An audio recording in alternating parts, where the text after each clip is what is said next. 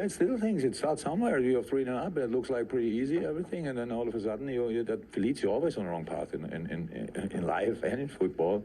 And today we got punished for it, and rightly so. That we got away with it, thanks to Diogo, that he could score that goal. Makes it actually really spectacular. Everybody's probably going home and is buzzing. But I'm the manager of this team and not supporter number one. You have to mention the other stuff as well. And I told him already. So 3 days' time and go again, better. I'm devastated. I think the reality is the team that created the most chances lost the game. We were the better team for me by an absolute country mile. You can't start Premier League games like that, we know that. But to gift a team like Liverpool 4 goals, it makes it very difficult. Yeah, I mean, it's tough to really put it into words at the moment, but absolutely gutted. Another brilliant game of Premier League football, which probably explains why these two are just outside the top 4, doesn't it? Because they're defensively not quite good enough and they're a bit inconsistent. Chaotic, but what a game. I mean, it had everything. 7 goals, yellow cards, debatable red cards, Jurgen Klopp tearing his hamstring. It was just absolutely so emotional, I think, for Jurgen Klopp and I think for Ryan Mason. But you're right, some of the defending was really bad. But when you were watching it, what were you thinking? I would hate to be a Spurs fan right now, especially the first half. The first half was absolutely diabolical. And look, the first 15 minutes, 3-0 down. You know, the last game, they were 3-0 down after 9 minutes. So it's a little bit of Man United as well. Yeah. And 2 against Man United. So it's a little bit of an improvement in terms of how long it's taken. But my word, the defending was shocking. So bad. It's the same Porro, isn't it, getting sucked in there? It's Porro and Romero, the same 2 players in the same area. So Liverpool have obviously worked on it. And they've seen the goals they've given away against Man United and Newcastle. And Porro gets too tight. He's got no idea. To be fair, Curtis Jones is in good form, and congratulations to him getting his goal. He's been in good form lately. But from Tottenham's point of view, you must be prepared from Ryan Mason to give you that team talk where don't give anything away early on. Keep the tight. I mean, Dyer. Exactly. Look at Dyer here. He's the closest player to him. That's a terrible reaction. I would expect to see something like that in the 94th, 95th minute or later, extra time. Not at the beginning of the football match. That's unbelievable, and that's one of the main areas that Liverpool targeted it really, really well today. I love that though. We've all been there with long-term injuries, haven't we? And then come back and score a goal. Yeah. And at this stage, you are thinking, because of what happened last week at St James's Park, they are so shaky and rocking that anything can happen. Here's Romero. He might have slipped a bit. He's clearly fast. No, he's reckless. He's just reckless. That's nothing to do with slipping. He's committed himself to going to smash whoever's on the ball next, and he just wants to wipe them out. And he's oh my gosh, he's a car crash waiting to happen.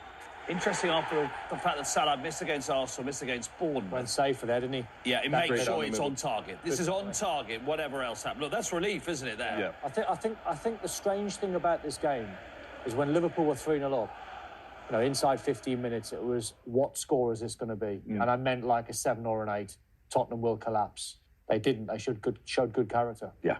They actually, once they hadn't collapsed, Tottenham actually played pretty well after that, didn't they? Yeah, once they thought, it's almost like the worst has happened. Liverpool got complacent. It's happening again. It was happened. Exactly so maybe a bit of relaxation. So it couldn't get any worse for Tottenham, so they play with a little bit more freedom. No, it could have, and it should have gotten a lot worse. Liverpool took the foot off the gas straight away, straight after they got the 3 goals. And we were sitting watching the game and saying to ourselves, Spurs are here for the taking, yeah? All Liverpool need to do is just continue doing what they're doing. Keep moving the ball nice and quickly, moving it side to side, creating the one-on-one situations that they were exploiting literally every single time, but they didn't. They slowed it all down. They were happy with the 3-0. They took their foot off the pedal, gave Spurs a huge opportunity to get back into the game. And once they got the first goal and the second half kicked off, it was almost inevitable that they were going to get the second one. You saw it in the touches, Mark, and having been a player, you see touches like Andy Robertson where he's switched on early and the passes are crisp, and all of a sudden you get complacent, you take your eye off 1 or 2 passes, and then you start finding white shirts, and all of a sudden they get a tiny little momentum and little opportunities, hitting posts, Alisson making save. And you're right, at 3-0 down, Tottenham have thought, we've got to try something different here. We've got to try and be aggressive.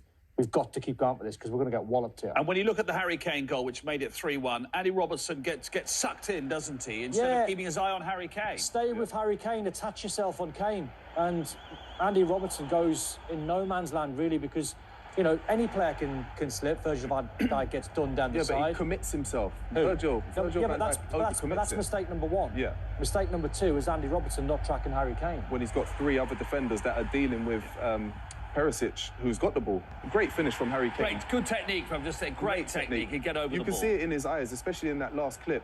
Just watch his eyes. He's fixated on the ball. Yep. It was absolutely amazing. And then, you know, this is Son. What a pass that is from Romero. Great first touch, by the way, as well. Sets himself. Great lovely collect, finish. you say, wasn't it? It was. And if you look at it here, the way he collects it, his body's opened up and he's almost facing the wrong way.